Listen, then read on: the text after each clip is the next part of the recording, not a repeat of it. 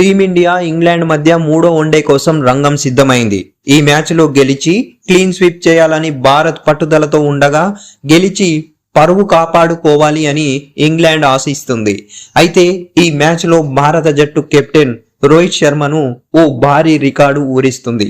అదేంటంటే వన్డేలో రోహిత్ శర్మ మరో 13 పరుగులు సాధిస్తే ఈ ఫార్మాట్ లో అత్యంత వేగంగా 11,000 పరుగులు చేసిన రెండో ప్లేయర్ గా రికార్డుకెక్కుతాడు.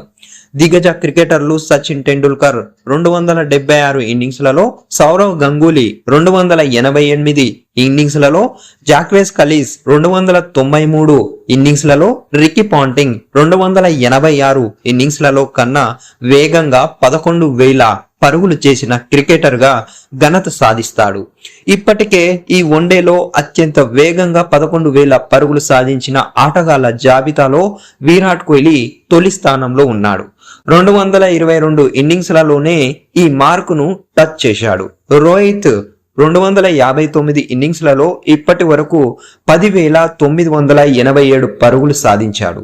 ఇప్పుడు ఇంగ్లాండ్ తో జరగబోయే మూడో వన్డేలో హిట్ మ్యాన్ దాన్ని ఈజీగానే సాధించవచ్చు. పైగా ఇప్పటికే రెండో వన్డేతో సెంచరీ బాది అతడు ఫామ్ లోకి వచ్చాడు. ఈ మూడో వన్డేలో రోహిత్ శర్మ మరో శతకం బాదితే భారత్ తరపున అంతర్జాతీయ మ్యాచ్ల్లో 50 సెంచరీలు చేసిన మూడో క్రికెటర్ గా నిలుస్తాడు.